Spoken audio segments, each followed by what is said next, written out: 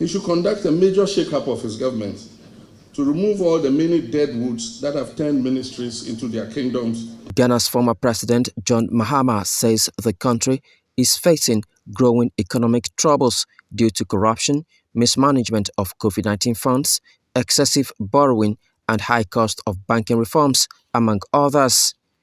John Mahama was reacting to comment by the International Monetary Fund's Managing Director, Kristalina Georgieva, who attributed the country's economic challenges to the global pandemic and Russia's invasion of Ukraine. Collateralization of all sources of revenue, and it's affecting them because those revenues are no longer available. They've taken them up front and spent them. But the more important thing is the effect it will have on our future and future governments. For instance, ESLA till 2035. It means that governments between now and 2035 are not going to have access to any extra revenues. And those are get fund, they've used it to float a bond. And so they themselves and future governments, would not have access to get fund revenues. The public debt has exceeded 400 billion Ghana cedis.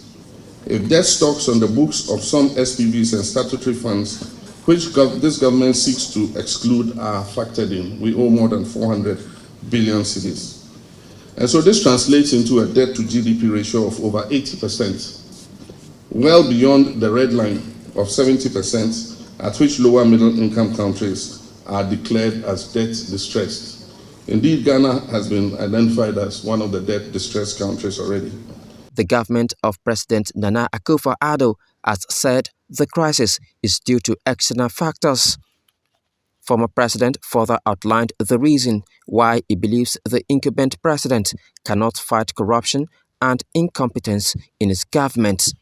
Among the reasons, he said, is the blood relations President Nana Akufo-Addo has with some of his appointees.